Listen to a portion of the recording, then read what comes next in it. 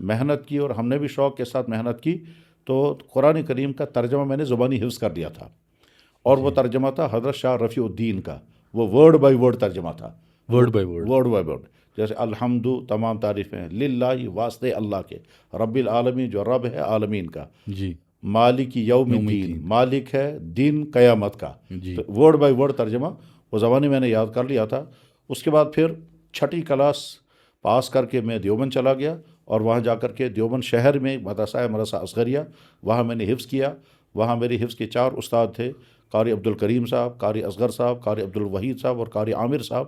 ان سے میں نے قرآن کریم حفظ کیا، اور اس حفظ کرنے کے بعد پہلا قرآن کریم میں نے پنچ مدرسہ ضیاء العلوم کی مسجد میں سنایا. اس مسجد میں وہ پہلی تراویح تھی جو قرآن تراویح ہوئی، اور وہ میں نے پڑھائی تھی. ماشاء اللہ. آج وہاں ادیب الشان مدرسہ ہے مدرسہ ضیاء العلوم، جس کے بانی ہیں حضرت مولانا غلام قادر صاحب. اس کے بعد پھر دیوبند میں مزید تعلیم ہوتی رہی، یہاں تک کہ جو دیوبند میں پڑھایا جاتا ہے 8 سال کا کورس، جس کورس پڑھنے کے بعد انسان مکمل عالم بن جاتا ہے، وہ 8 سال کا کورس وہاں کچھ تو ایک مدرسے میں پڑھا، اس کا نام تھا مدرسہ خادم العلوم باغوں والی، اور پھر بقیہ دارالعلوم دیوبند میں پڑھا. پھر دارالعلوم دیوبند میں ہی افتاء کا کورس کیا، یعنی مفتی کورس کیا، مفتی جو فارغ ہونے کے 2 سال کے بعد میں نے مفتی کا کورس کیا. اور اس کے بعد وہ کورس مکمل کرنے کے بعد میں یہاں کشمیر آیا، اور اس سے پہلے بھی رمضان میں یہاں کشمیر آتا رہا، یہاں سری نگر میں بھی اور بانڈی پور میں بھی اور دوسرے بھی کئی علاقوں میں رمضان گزارے تھے. تو جب میں واپس آیا تو دارالعلوم رحیمیہ جو وادی کشمیر کا معروف ترین ادارہ ہے، اس کے محتمم اور ناظم صاحب حضرت مولانا رحمۃ اللہ صاحب میر قاسمی، انہوں نے مجھے اپنے ادارے میں آنے کی دعوت دی، اور وہیں میرا تقرر ہوا. تو اس کے بعد سے آج تک میں اسی دارالعلوم میں ہوں. شروع سے میں نے وہاں پڑھایا آج تک، اور جن حضرات نے مجھ سے پڑھا، اللہ نے ان میں سے بہتوں کو بہت نوازا ہے. یعنی حضرت مفتی ایوب صاحب بے شک ان میرے شاگردوں میں سے ہیں جنہوں نے مجھ سے پڑھا، اور اللہ نے بہت نوازا ہے، مجھ سے بہت آگے ہیں بے شمار خصوصیات میں، علم میں، تقویٰ میں اور تدین میں، روحانیت میں اللہ نے بہت نوازا ہے. تو غرض ہے کہ اس وقت سے لے کر اب تک اس زمانے میں دارالعلوم رحیمیہ بالکل ابتدائی مدرسہ تھا، اور اتنی بڑی عمارتیں بھی نہیں تھیں، ابتدائی کلاسیں تھیں. تو ابتدائی کلاسوں سے ہی میں نے پڑھانا شروع کیا. ہمارے پڑھائے ہوئے اب وہاں ہمارے مدرسے میں بھی اور دوسرے مدرسوں میں اب استاد ہیں، اور وہ کامیاب استاد ہیں الحمدللہ. دارالعلوم رحیمیہ میں پہلے جب میرا تقرر ہوا تو مدرس کی حیثیت سے بھی ہوا اور مفتی کی حیثیت سے بھی ہوا. تو جہاں کشمیر میں آ کر میں نے جو سب سے پہلا فتویٰ لکھا تھا وہ ہاف پھول کے بارے میں لکھا تھا، اور اس وقت تک ہاف پھول کے کاشت کرنے کے متعلق ہم نے کہیں نہیں سنا تھا کہ دنیا میں کسی نے کوئی فتویٰ لکھا ہو. سب سے پہلے میں نے ہی وہ فتویٰ لکھا کشمیر میں، کیونکہ کشمیر میں اس زمانے میں ہاپس پھول اگانے کی ٹرن چل گئی تھی. تو میں نے اس کے بارے میں تحقیق کی، باٹنی کے ماہرین سے پوچھا، کشمیر یونیورسٹی کے باٹنی والوں کو لکھا کہ ہمیں پہلے یہ بتایا جائے کہ ہاپس پھول کی کاشت کیوں کی جاتی ہے اور کس کام میں آتی ہے. تو وہاں سے جب انہوں نے کہا کہ اس سے ایک خاص قسم کی شراب بنتی ہے، تو میں نے پہلا فتویٰ میرا زندگی کا وہی تھا کہ میں نے لکھا کہ ہاپس پھول کی کاشت کرنا ناجائز ہے. حالانکہ اس کے جائز ہونے کے فتوے اس سے پہلے کچھ لوگوں نے لکھے تھے، مگر وہ ایک رائے لکھی تھی، اس کے پیچھے پوری معلومات نہیں تھی. اور وہ بڑے مصنف تھے جس نے لکھا تھا کہ بھائی ہاپس زمین سے اگنے والا ایک پھول اگر ہے تو اس میں اگانے میں کیا حرج ہے، لیکن ان کے سامنے یہ نقطہ نہیں تھا کہ اس کا مقصد صرف شراب بنانے میں. بہرحال اس کے بعد سے کشمیر کے معاشرے میں ہم کام کرتے رہے، پڑھاتے بھی رہے اور فتوے بھی لکھتے رہے. پھر دارالعلوم رحیمیہ ترقی کرتا گیا تو اگلی کلاسیں آتی گئی، یہاں تک کہ مکمل وہ تعلیم جو دارالعلوم دیوبند میں ہوتی ہے وہ تعلیم دارالعلوم رحیمیہ میں ہونے لگی. تو اس کی جو کتابیں وہاں کے منتظمین پڑھانے کے لیے دیتے تھے وہ کتابیں پڑھاتے تھے، اور اس کے ساتھ ہی پھر وادی کے طول و عرض میں جہاں جہاں سے مطالبے آتے تھے وہاں جا کر کے بیانات کرتے تھے، اور ان بیانات میں ہر قسم کے طبقات سے بیان کرنے کا موقع ملا. یونیورسٹیوں میں بھی جانا ہوا، کالجوں میں بھی جانا ہوا، عوامی جلسوں میں بھی جانا ہوا، اور خانقاہوں میں بھی جانا ہوا، تعلیمی اداروں میں بھی جانا ہوا، یہاں تک کہ بہت سارے کورٹوں میں نے قانون پر گفتگو کی ہے. اور لا ڈپارٹمنٹوں میں جا کر بھی لا پڑھنے والے اسٹوڈنٹ کو اسلامی قانون، اسی طرح سے مسلم پرسنل لا اور اسلامی قانون پر آنے والے اعتراضات کے جوابات وغیرہ اس طرح کے ٹاپک پر خوب گفتگو ہوتی رہی. افسوس کہ میں نے انگریزی نہیں پڑھی، ورنہ تو ہو سکتا ہے کہ اللہ تعالیٰ شان اس میدان میں بھی کچھ نہ کچھ کام لیتے. اسی دوران جس سال میں کشمیر میں آیا تھا اسی سال میں دارالعلوم رحیمیہ کے منتظم کی دور اندیشی سے مجھے حکم دیا کہ میں پٹنہ چلا گیا اور وہاں میں نے قضا کی ٹریننگ بھی کی. قضا کہتے ہیں اسلامی جج کو، اسلامی یعنی جج، ایک مسلمان جج کس طرح سے کورٹ کو چلا سکتا ہے اور پھر فیصلے کیسے کرتا ہے. تو وہاں سے وہ ٹریننگ کر کے میں آیا، لیکن دارالقضا جیسے قائم کیا جانا چاہیے تھا وہ ایسا دارالقضا ابھی تک یہاں قائم نہیں ہوا ہے. اگرچہ ہم فیصلے بھی کرتے ہیں، خاص طور پر لوگوں کے معاملات جو ڈسپیوٹ ہوتے ہیں، جی میاں بیوی کے جھگڑے ہوتے ہیں، بھائیوں کے پراپرٹیز کے جھگڑے ہوتے ہیں، اسی طرح سے ٹریڈ والوں کے آپس میں اختلافات ہوتے ہیں، لڑائیاں ہوتی ہیں، تو بے شمار کیسز ہم حل کرتے ہیں اور ہمارے لکھے ہوئے پیسے کورٹوں میں بھی چلے گئے ماشاء اور اللہ. کورٹوں کے ججوں نے بھی ان کو سراہا اور ان کو برقرار رکھا. اس وقت بہت سارے جج حضرات یہاں کشمیر میں وہ ہیں جنہوں نے لا پڑھنے کے زمانے میں ہم سے بھی رہنمائی لی ہے، ماشاء اللہ، یعنی نکاح، طلاق، بے شک، مینٹیننس، اسی طرح سے وصیت، ہبہ، وہ قوانین جو مسلم پر اللہ سے جڑے ہوئے ہیں بے شک، ان قوانین سے متعلق رہنمائی بہت سارے ان حضرات نے لی جو اس وقت تو وکالت پڑھ رہے تھے، بعد میں انہوں نے پریکٹس کی اور آج وہ جج ہیں. جج ہے. اور وہ ملتے ہیں تو اسی محبت کے ساتھ ملتے ہیں، حالانکہ بہت اونچے عہدوں پر اللہ نے ان کو پہنچایا ہے. غرض یہ مختصر سی زندگی ہے. یہاں کشمیر میں ایک زمانے میں ایڈز پر کام شروع ہوا تھا، تو اس زمانے میں جو ایڈز کے ڈائریکٹر تھے انہوں نے مجھ سے کہا کہ ایڈز کے متعلق اسلام کیا کہتا ہے، اس پر آپ کو گفتگو کر رہی ہے. بے شک، چنانچہ میں نے پہلے ڈیٹیل کے ساتھ ایڈز کو پڑھا اور پھر اس پر کتاب لکھی، اور وہ یہاں شاید ایڈز کے متعلق سب سے پہلی کتاب ہے جو لکھی اور مکمل لکھی. تو اس کے بعد پھر یہاں بہت سارے علاقوں میں ایڈز کے پروگرام ہوئے اور اس میں اس زمانے کے ڈائریکٹر تھے ڈاکٹر منیر مسعودی، اور اس کے ساتھ ایک دوسرے بھائی بھی تھے. تو ان کی موجودگی میں ہم نے مختلف علاقوں میں ایڈز کے متعلق جانکاری کے پروگرام کیے، ایڈز کی بیماری کا تعارف کرایا، اس سے بچنے کی تدبیریں بتائی. اس کے ساتھ ہی پھر جب اسلامی فقہ اکیڈمی قائم ہوئی جو ایک بہت ہی معتبر ادارہ ہے نئے مسائل حل کرنے کے لیے، بے شک، جدید پیش آنے والے مسائل کو حل کرنے کے لیے جو آج کے زمانے میں اسلامی مسائل فقہ ہیں. اکیڈمی، جی ہاں، مطلب آج کے جدید مسائل جو بھی ہیں، چاہے وہ میڈیکل سے متعلق ہوں، بزنس سے متعلق ہوں، سوشل معاملات ہوں، معاشرتی زندگی ہو یا ازدواجی زندگی ہو، غرض ہے کہ وہ مسائل جو نئے ہیں اور اس وقت پیش آتے ہیں ان مسائل کو حل کرنے کے لیے یہاں بر صغیر کا ایک بہت معتبر ادارہ ہے اسلامی فقہ اکیڈمی. تو اس کے سیمیناروں میں جانے کا مجھے موقع ملتا رہتا ہے، اور تقریباً یہ پچھلے 20 سال سے اس کے سیمیناروں میں مستقل جاتا رہتا ہوں اور وہاں کے فیصلے کرنے میں اپنی رائے بھی پیش کرتے ہیں، اور بہت سارے فیصلے وہاں لکھنے والوں میں بھی شامل رہا کہ فیصلے لکھے گئے، ان پر اس کے بعد ان پر ڈسکشن ہوا اور پھر وہ فیصلہ بن کر کے نافذ ہو گئے. اسی طرح سے جمعیت علماء ہند کا ایک ادارہ ہے المباحث الفقہیہ، وہ بھی جدید مسائل حل کرنے کا ایک بہترین ادارہ ہے اور قدیم ترین ادارہ ہے.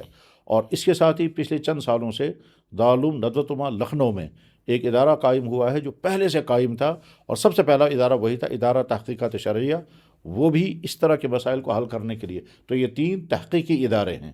ان تحقیقی اداروں میں جانے کا مجھے موقع ملتا ہے اور وہ حضرات بھی محبت کے ساتھ بلاتے ہیں، اور وہاں کبھی تو آرٹیکل لکھنے ہوتے ہیں اور کبھی زبانی رائیں پیش کرنی ہوتی ہیں.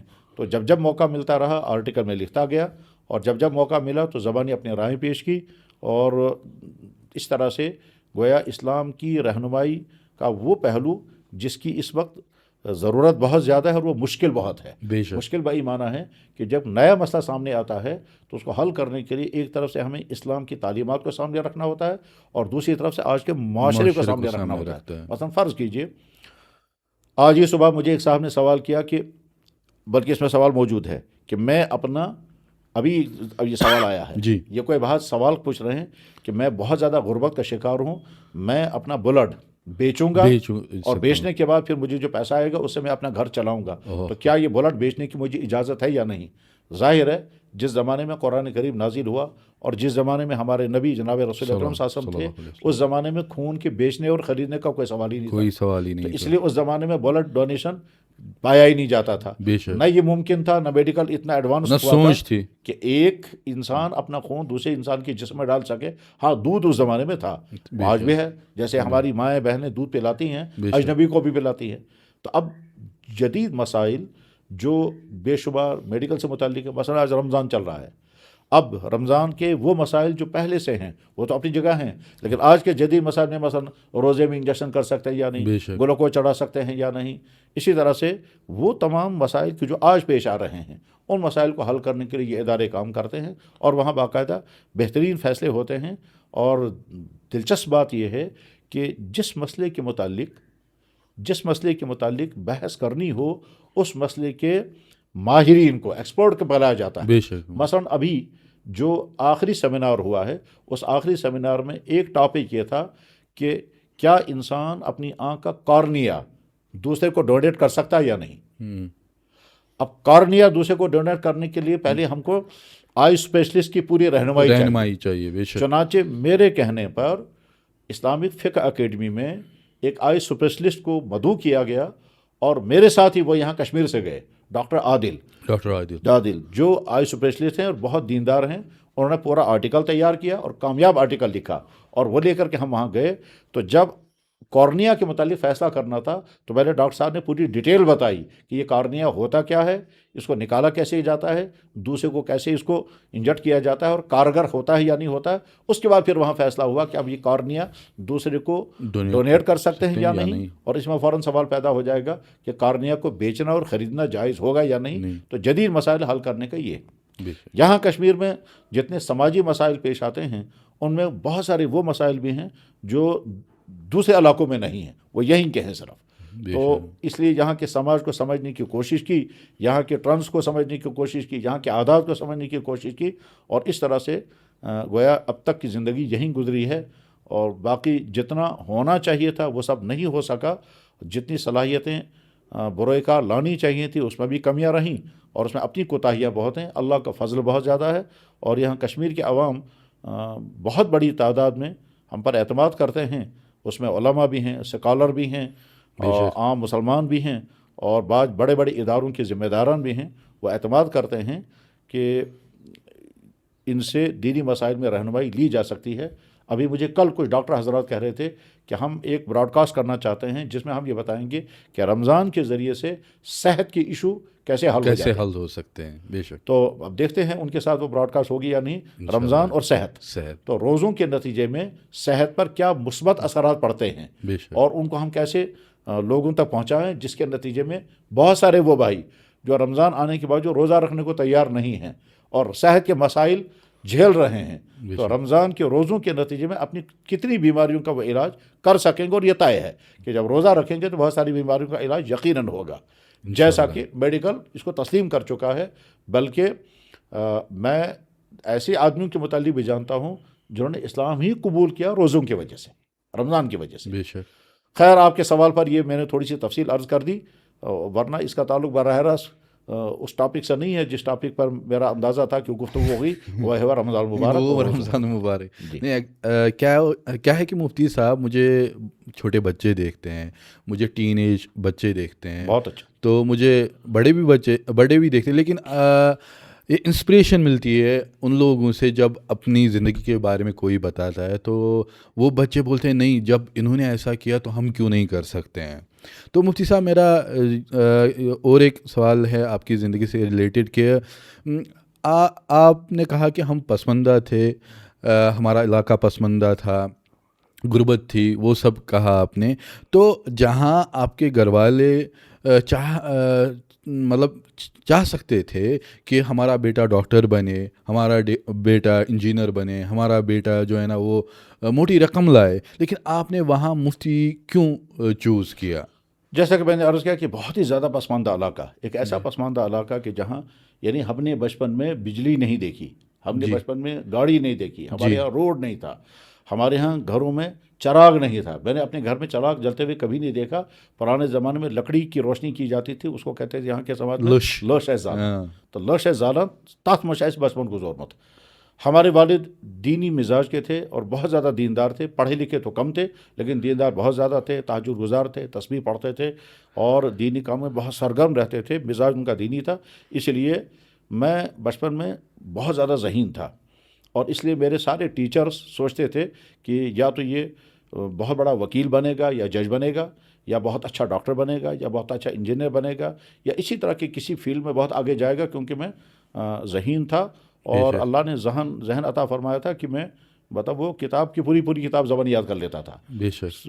ہمارے ٹیچر تھے, ابھی وہ زندہ ہیں, ریٹائر ہیں اس وقت, تو وہ جب ہماری کتاب میں سوال کا جواب کرواتے, یہاں سے لے کر یہاں تک جواب تمہیں یاد کرنا ہے, تو میں وہ پورا لسانی زبان یاد کر لیتا تھا. ماشاء اللہ. اور اس وقت کے کلاس فیلو آج بھی مجھے کبھی ملتے ہیں تو وہ مجھے سناتے ہیں کہ تم تو پورا وہ چپٹری زبان یاد کر کے سناتے تھے, حالانکہ سوال کا جواب ہوتا تھا چند لائنوں میں.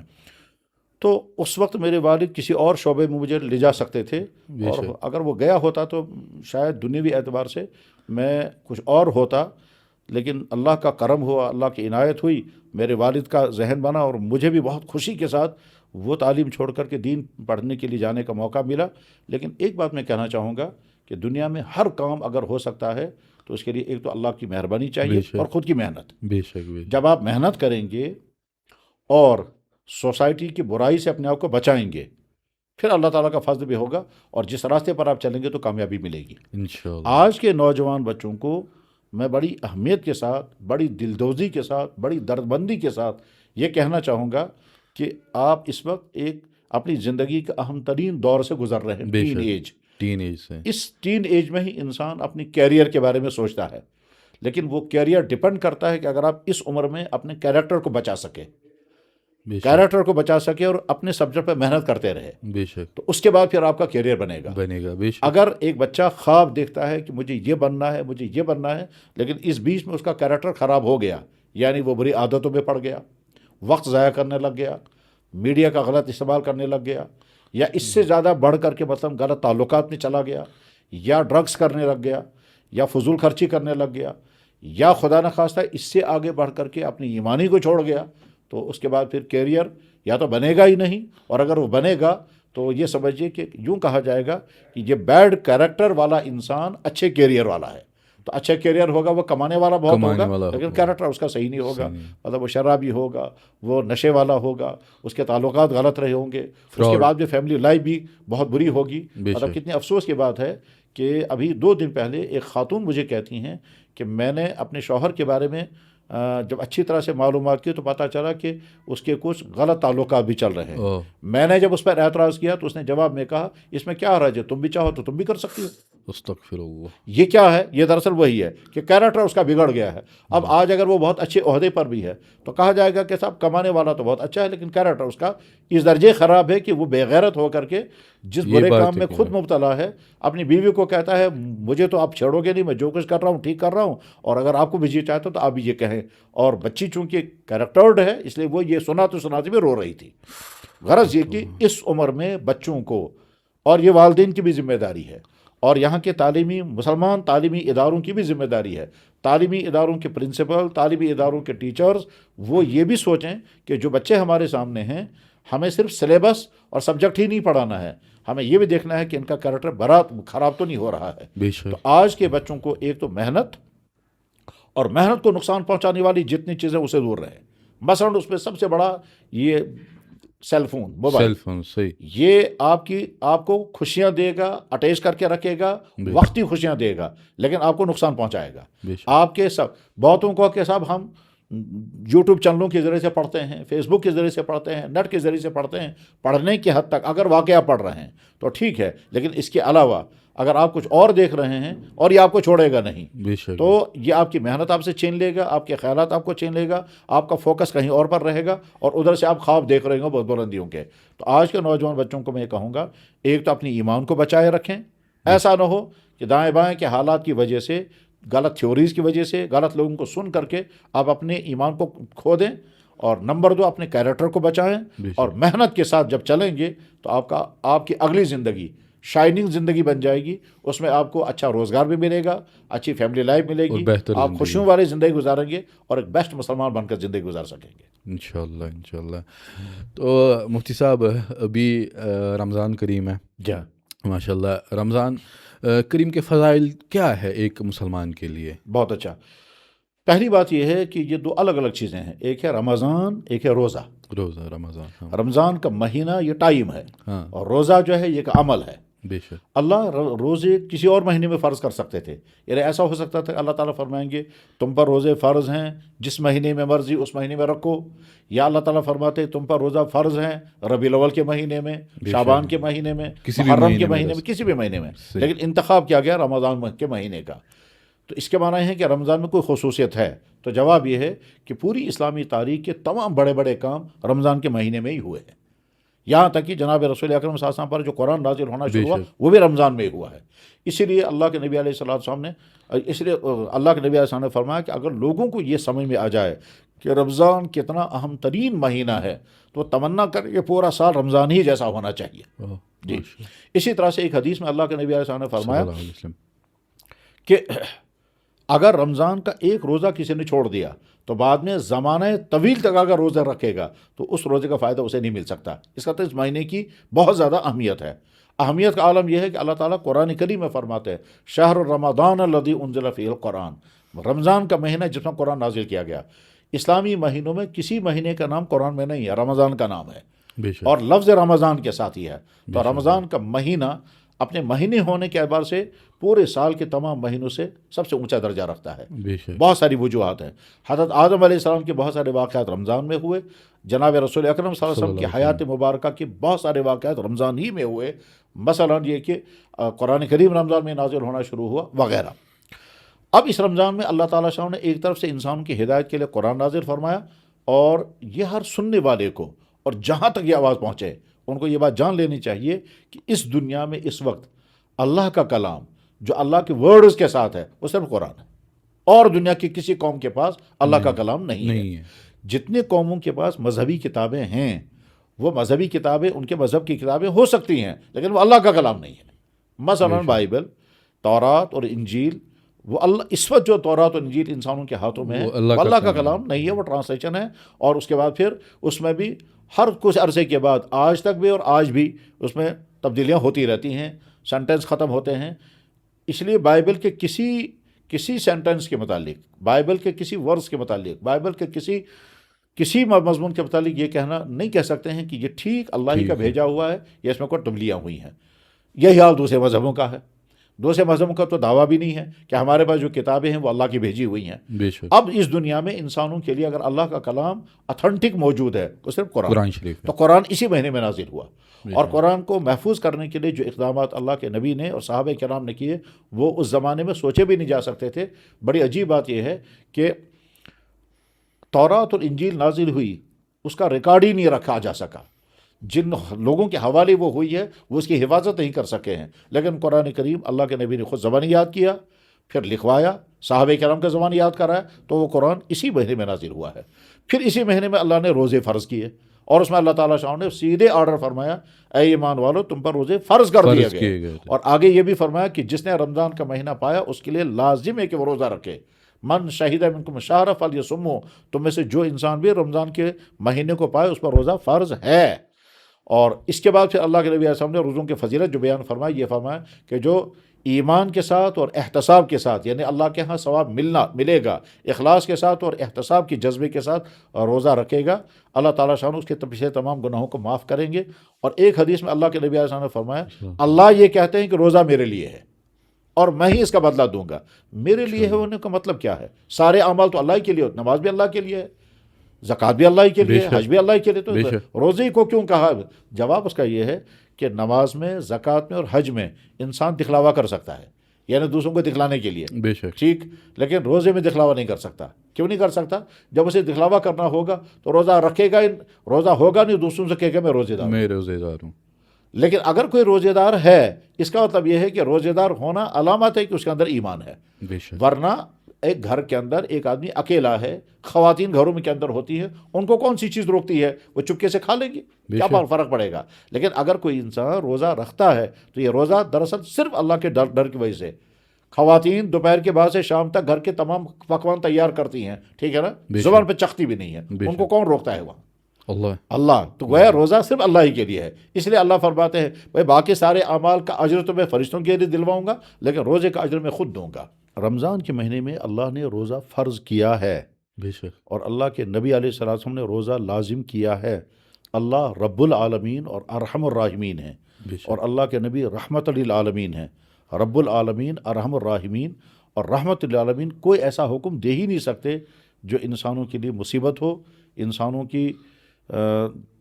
انسانوں کو کسی طرح سے نقصان پہنچانے والا ہو۔ بے شک اللہ نے انسان کو پیدا کیا، اللہ جانتے ہیں کہ اس انسان کے لیے مجھے کون کون سی چیزیں لازم کرنی ہے اور کن چیزوں سے اپنے بندوں کو بچانے کا حکم دینا ہے، اور اللہ کے نبی رحمۃ اللہ عالمین تھے۔ تو روزہ جب فرض کیا گیا، اس فرض کے بعد جب ہم دیکھتے ہیں معاشرے میں تو دو قسم کے لوگ ہیں، کچھ تو وہ ہیں جو روزہ رکھتے ہیں اور اکثریت انہی کی ہے، بے شک لیکن کچھ تعداد کم ہے یا زیادہ ہے یہ جاننا بڑا مشکل ہے، کیونکہ سروے کون کرے گا اور ڈیٹا کون تیار کرے گا، کیونکہ یہ پتہ بھی نہیں چلے گا کہ کون ابھی روزے دار ہے۔ لیکن بہرحال سماج میں کچھ افراد ایسے ہیں، چاہے ان کا پرسنٹیج کچھ بھی ہو، جو روزہ نہیں رکھتے۔ ایسے لوگوں کا تجربہ ہوتا ہے دفتروں میں، سکولوں میں، بے شک گھروں میں، پارکوں میں اور کوچنگ سینٹروں میں، غرض یہ کہ کورٹوں میں، ہسپتالوں میں، کہ ایسے لوگ پائے جاتے ہیں جو روزہ نہیں رکھتے۔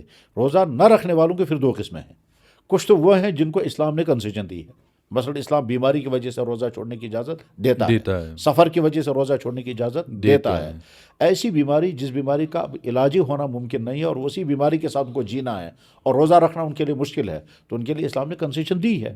اسی طرح سے وہ انسان جو بہت زیادہ ایجڈ ہو اور اب وہ بڑھاپے میں ہو اور اب اس کے صحت یاب ہونے کی امید بھی نہیں ہے، جسم میں طاقت آنے کی بھی امید نہیں ہے، اور وہ روزہ رکھ بھی نہیں سکتا ہے، ہر کچھ دیر کے بعد اس کو تھوڑا سا کھانا چاہیے ورنہ اس کی ہمت ہی ہار جاتی ہے، تو ایسے انسان کو اسلام میں کہا جاتا ہے شیخ فانی۔ شیخ فانی اس انسان کو بھی اسلام نے روزہ چھوڑ دینے کی اجازت دی ہے، اور وہ آئندہ روزہ رکھے بغیر نہیں، اس کو صرف روزے کے بدلے میں فدیہ دینا ہے۔ وہ فدیہ کیا ہے؟ ایک دن کے روزے کے بدلے میں ایک صدقہ فطر یا اس کا پیسہ دینا ہے۔ خواتین کو مخصوص حالات میں روزہ معاف کر دیا گیا۔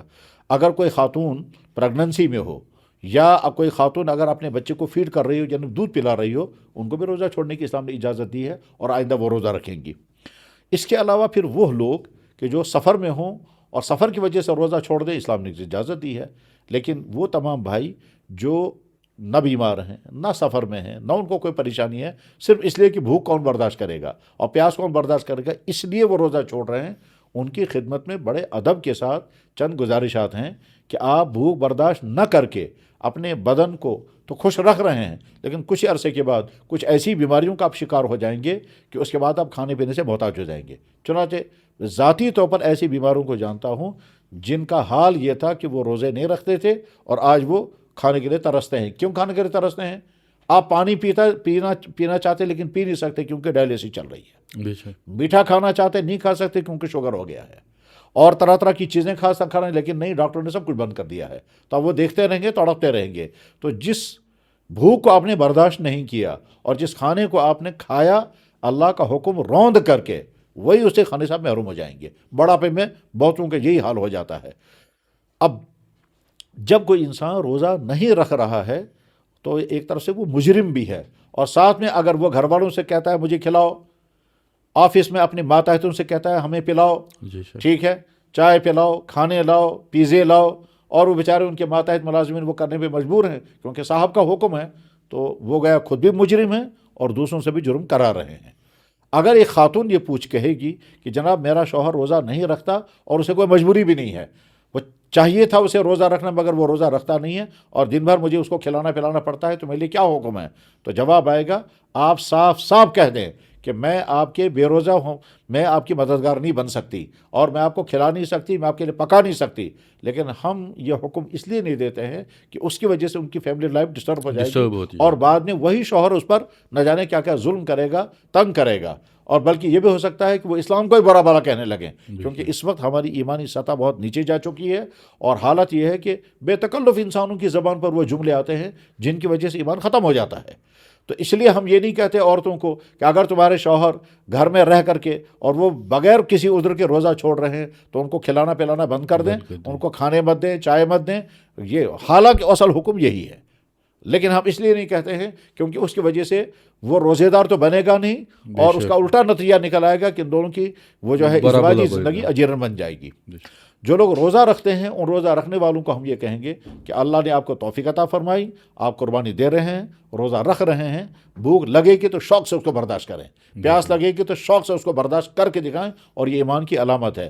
اور اس سے سمجھ میں آتا ہے کہ جو لوگ بھوکے رہتے ہیں ان کی زندگی کیسی ہے, اور اس کے بعد پھر انسان اپنے بارے میں سوچے کہ یہ چند دنوں کی بھوک مجھ سے برداشت نہیں ہوتی, اور جو ہمیشہ بھوکے رہتے ہیں, اگر ہماری زندگی ویسی ہوتی تو کیا ہوتا.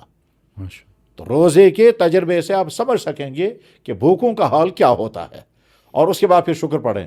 اور آخری بات اس بارے میں یہ ہے کہ جب رمضان میں انسان اللہ کے حکم سے حلال کھانا حلال پینا چھوڑ دیتا ہے, اللہ کے حکم سے مسلمان مرد اور عورت دن میں اپنے پرائیویٹ تعلقات قائم نہیں کرتے ہیں کیونکہ اللہ نے حرام کر دیا رمضان میں, تو رمضان کے بعد یہی ایمان والا مرد ایمان والی عورت, ٹھیک ہے, نہ غلط چیز کھائیں گے نہ غلط چیز پئیں گے. جب رمضان میں انہوں نے حلال چیز کو ایوائڈ کیا اللہ کے حکم سے, ٹھیک ہے, تو رمضان کے بعد یہ حرام چیز کو لازماً ایوائڈ کریں گے اللہ کے حکم سے. یعنی اللہ یہ فرمائیں گے کہ میرے بندے رمضان میں تو نے پانی نہیں پیا جو کہ حلال تھا میرے حکم کی وجہ سے, اب رمضان کے بعد تم شراب مت پینا, وہ میرا حکم ہمیشہ کے لیے ہے. رمضان سے پہلے تم نے اپنے گھر کے حلال کھانے نہیں کھائے, اب رمضان کے بعد میں تم سے کہتا ہوں رشوت مت کھانا, فراڈ مت کرنا, دھوکے مت دینا, غلط چیزیں مت کھانا, حرام چیزیں مت کھانا, حرام ذریعے سے کمائی ہوئی چیزیں مت کھانا. تو جس بندے نے رمضان میں اللہ کے حکم سے حلال چیز کو ایوائڈ کیا اس بندے کے لیے بہت آسان ہے رمضان کے بعد حرام چیز سے اپنے آپ کو بچانا. یہ رمضان کا فلسفہ ہے جس کو قرآن نے ایک ہی لفظ میں بیان فرمایا, لعلکم تتقون, تو متقی بنو گے. اور متقی کا مطلب کیا ہوتا ہے؟ اللہ کا ہر حکم فالو کرنے والا اور اللہ کے ہر حرام چیز سے اپنے آپ کو بچانے والا. مفتی صاحب, رمضان میں میکسیمم جو ہمارے لوگ ہیں, ہمارے بچے ہیں, ابھی تو میں کشمیر میں کہوں گا, وہ بولتے ہیں کہ جیسے آپ نے کہا کہ بھوک برداشت نہیں ہوتی ہے یا کسی وجہ سے وہ روزہ نہیں رکھ پاتے ہیں, تو وہ یہ کیسے پھر ان کو فدیہ دینا پڑے گا یا ان کو پھر سے اس کا ڈبل روزہ رکھنا پڑے گا؟ بہت اچھا. جس انسان نے شرعی عذر کی بنا پر روزہ چھوڑ دیا, بے شک, مثلا بیمار انسان اس نے روزہ چھوڑ دیا, یہ بیماری اگر ٹھیک ہو گئی تو اس کو یہ روزے دوبارہ رکھنے پڑیں گے. دوبارہ کا مطلب نہیں, قضا کرنے پڑیں گے. یعنی بیماری کی وجہ سے مثلا رمضان میں میرے 10 روزے چھوٹ گئے ہیں, میں صحت یاب جب ہو جاؤں گا تو ان 10 روزوں کو میں رکھوں گا, چاہے کنٹینیو رکھوں چاہے بیچ میں گیپ کر کے رکھوں, لیکن ان 10 روزوں کے بدلے میں 10 روزے ہی رکھنے ہوں گے, فدیہ نہیں دینا ہوگا. لیکن وہ بیمار کہ جو ایسی بیماری میں مبتلا ہے کہ وہ نہ آج روزہ رکھ سکتا ہے رمضان میں اور نہ رمضان کے بعد اس کی حالت ایسی ہو سکے گی کہ وہ روزہ رکھ پائے, تو اس انسان کو روزے کا فدیہ دینا ہے. ایک روزے کے بدلے میں ایک صدقہ فطر. ابھی کچھ دنوں کے بعد جب صدقہ فطر کی مقدار طے ہو جائے گی, اعلان ہو جائے گا, تو اب ایسے لوگ کہ جو روزہ نہیں رکھ پاتے اور آئندہ بھی رکھنے کی پوزیشن میں نہیں ہوں گے, ان کو چاہیے کہ وہ ایک روزے کے بدلے میں ایک صدقہ فطر, وہ رقم ہوگی 50 روپے ہوگی, 60 ہوگی, 70 ہوگی, 100 ہوگی, جو رقم ہوگی, مثلا مان کر کے چلیں اگر یہ اعلان ہوتا ہے کہ ایک صدقہ فطر اس سال 100 روپے ہے, ایک آدمی کا صدقہ 100 روپے ہے, تو 30 دنوں کا صدقہ فطر 100 روپے کے حساب سے جتنا بنے گا وہ ادا کرنا 3000 روپے بنیں گے, تو یہ اس کا فدیہ بنے گا. یہ کم سے کم ہے, اور زیادہ سے زیادہ فدیہ دینا چاہیں تو بہت اچھا ہے. چنانچہ ہمارے جاننے والے ہمارے دوست ہیں, یہیں اسی شہر کے رہنے والے ہیں, ان کے گھر میں ان کے والد ان کی والدہ بڑھاپے کی اس عمر میں تھے کہ وہ روزہ نہیں رکھ سکتے تھے, تو انہوں نے مجھ سے بڑے اصرار کے ساتھ کہا کہ والدین کا مجھے فدیہ دینا ہے, پہلے والد اور آج کل والدہ کا, تو ہمیں بتایا جائے زیادہ سے زیادہ ہمیں فدیہ کتنا دینا ہے اور پورے مہینے کے حساب کر کے بتائیے. تو چنانچہ ہم نے کشمش کا حساب کیا, اور کشمش کے حساب سے ان کا جو فدیہ بنا ہے وہ 70 سے لے کر 80,000 روپے کا بنا, اور انہیں وعدہ کیا اور شوق کے ساتھ وعدہ کیا کہ اگر میری والدہ یا میرے والد روزہ نہیں رکھ پائے تو میں ان کی طرف سے بیسٹ فدیہ ادا کروں گا, اور وہ یہ بنتا ہے. اور کم سے کم جو میں نے ابھی بتایا وہ ہے صدقہ فطر, کم سے کم وہ 3000 بنتا ہے, یہ بنے گا اگر 100 روپیہ صدقہ فطر ہوا. خواتین جن کا روزہ چھوٹ گیا ہو پریگننسی کی وجہ سے یا بچے کو دودھ پلانے کی وجہ سے, ان خواتین کو آگے چل کے یہ روزے رکھنے پڑیں گے. اور میں بڑی اہمیت کے ساتھ یہ بات کہنا چاہوں گا, کاش یہ تمام ان ہماری بہنوں تک یہ بات پہنچ جائے, اور کسی نہ کسی طرح سے ضرور پہنچ جانی چاہیے کہ ہمارے معاشرے میں بے شمار عورتیں ایسی ہیں جن پر کئی سال کے رمضانوں کے روزے باقی ہیں. یعنی ایسی خواتین بھی ہیں جن کے 10 سال کے رمضانوں کے روزے باقی ہیں. مثلا شادی ہو گئی، رمضان آ گیا، پریگننسی تھی، روزہ چھوڑ دیا، شریعت نے اجازت دی آپ روزہ مت رکھیں۔ اس کے بعد اگلا رمضان آ گیا تو اسی بچے کو دودھ پلا رہی تھی تو روزہ چھوڑ دیا کیونکہ اسلام نے اجازت دی ہے۔ بے شک، تیسرا سال آ گیا، ابھی بچے کو دودھ ہی پلا رہی تھی، ٹھیک ہے، اور ابھی وہ بچہ جو ہے وہ 2-2.5 سال کا تھا، دودھ چل رہا تھا، تو اس سال بھی روزہ نہیں رکھا، تو 3 رمضان ہو گئے۔ بے شک، چوتھا رمضان آ گیا تو اس وقت اتفاق سے پھر پریگننسی ہو گئی، یا 5واں رمضان تھا تو دوسرے بچے کی پریگننسی ہو گئی، تو دوسرے بچے کے حمل کے دوران پھر رمضان نہیں رکھا، روزہ نہیں رکھا، پھر اس بچے کو دودھ 2 سال تک پلایا تو 2 رمضان وہ بھی ہو گئے، پھر تیسرا بچہ اگر اللہ نے دے دیا تو اس میں بھی یہی ہوا، تو اس طرح سے 3 بچوں کے ساتھ 3 رمضان عام طور پر چلے جاتے ہیں، تو 9 رمضان تو ہو گئے۔ اب یہ 9 رمضان کے روزے وہ کیسے رکھے گی؟ اب اگر وہ کہے گی میں رکھ نہیں سکتی، میں تو فدیہ دوں گی، تو اسلام وہ قبول نہیں کرتا، کیونکہ آپ ابھی صحت کی اس مرحلے میں نہیں ہیں کہ آپ فدیہ دے سکیں۔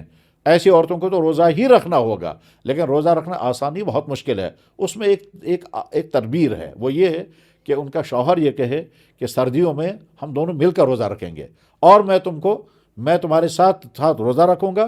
اور عورتوں کو مزاج یہ ہوتا ہے کہ جب اس کو کاپریشن ملتا ہے تو شوق کے ساتھ وہ کام کرتی ہے۔ اب جب شوہر کہے گا تم بھی صبح کو اٹھو گی، میں بھی تمہارے ساتھ اٹھوں گا، تم بھی سحری کھاؤ، میں بھی کھاؤں گا، اور ہم سردیوں میں 3-4 مہینے روزہ رکھیں گے، ایک دن گیپ کر کے روزہ رکھیں گے، یا 2 دن گیپ کر کے، تو اب دیکھیں نومبر، دسمبر، جنوری، فروری، مارچ، ان 5 مہینوں میں جب وہ مل کر کے روزہ رکھیں گے تو شوہر کو بھی روزوں کا رکھنے کا ثواب ملے گا، اور تمہیں۔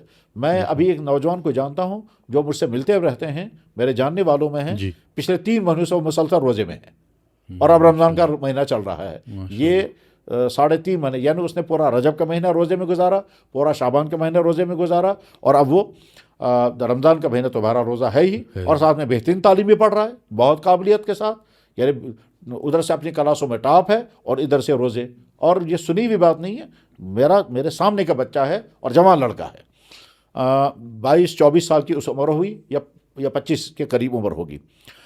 تو جب ان عورتوں کو، یعنی جن کے روزے رمضان چھوٹے ہیں، جب ان کا شوہر ان کا ساتھ دے گا اور وہ روزہ رکھنے کی جب عادت ہو جائے گی تو اس کے بعد پھر آسان ہوگا، اور ان کو آج کل جو خواتین کے صحت کے مسائل ہیں اور بہت زیادہ ہے، اور صحت کے مسائل کی کئی وجوہوں میں سے ایک بڑی وجہ ہے کہ پریگننسی میں وہ سب کچھ نہیں ہوتا ہے جو ہونا چاہیے، اور اس کے بعد ڈیلیوری میں اکثر چونکہ سیزر آتا ہے، اس سیزر کی وجہ سے عورتوں کی صحت کو بہت زیادہ ڈیمیج ہوتا ہے۔ بے شک، عورتوں کی بیماری کی ایک بڑی وجہ یہ بھی ہے، اور دوسری بڑی وجہ جو ہے وہ جو فزیکل ایکٹیویٹی گھروں میں ہوا کرتی تھی وہ ساری ختم ہو گئی، اب تو کپڑے بھی مشین دھوتی ہے، کھانا بھی رائس کوکر پکا رہا ہے، مسالے بھی پسے ہوئے آ رہے ہیں، تو اب ہاتھوں سے کوئی کام کرنا نہیں پڑتا ہے، تو اس وجہ سے شوگر کی بیماریاں ہیں، پریشر کی بیماریاں ہیں، تھائرائڈ کی بیماریاں ہیں، اور یورک ایسڈ کی بیماریاں، اور نہ جانے کے جوڑوں کے درد، کمر کا درد، تو ان تمام بیماریوں میں بہت ساری بیماریوں کا بہترین علاج روزہ ہے، 12 روزہ ان پر فرض ہے۔ لیکن جب کوئی آدمی اس حالت میں پہنچ جائے کہ وہ روزہ نہیں رکھ سکتا تو اس کو فدیہ دینے کی اسلام نے اجازت دی ہے۔ جنہوں نے جان بوجھ کر روزے چھوڑے، ٹھیک ہے نا، وہ جب روزہ رکھنا چاہیں گے تو ایک روزے کے بدلے میں ایک ہی روزہ ہے۔ لیکن اس بیچ میں ایک مسئلہ میں بتاتا چلوں کہ اگر کسی نے روزہ رکھا اور روزہ رکھ کر جان بوجھ کر اس روزے کو تباہ کر دیا، برباد کر دیا، یعنی جان بوجھ کر مثلا دن میں میاں بیوی نے آپس میں پرائیویٹ تعلقات قائم کر لیے جبکہ وہ روزے سے تھے، جو نہیں کرنا چاہیے تھا، اور وہ کر لیے انہوں نے، تو اب کیا ہوگا؟ ان کو ایک تو یہ روزہ دوبارہ رکھنا پڑے گا، اور ساتھ میں 60 روزے جرمانے میں رکھنے پڑیں گے لگاتار۔ تم نے یہ غلطی کیوں کی؟ اس غلطی کی سزا تم کو یہ ہے کہ تمہیں 60 روزے دن میں رکھنے پڑیں گے، اور یہ اللہ کے نبی علیہ السلام نے طے کر دیا ہے، اور وہ بھی کنٹینیو رکھنے ہیں۔ یہ حکم ہے ان کے لیے کہ جو رمضان میں دن کے اندر آپس میں تعلقات جوڑیں، یا اسی طرح سے رمضان میں دن میں جان بوجھ کر بغیر کسی مجبوری کے کھا لیا یا پی لیا۔ لیکن اگر رمضان کی حالت، روزے کی حالت میں کسی نے بھولے سے، ذہن میں نہیں رہا میں روزے دار ہوں، اور بھولے سے پیٹ بھر کر کے کھایا، اور بھولے سے پیٹ بھر کر کے پانی پیا یا جوس پیا، تو روزہ نہیں ٹوٹتا۔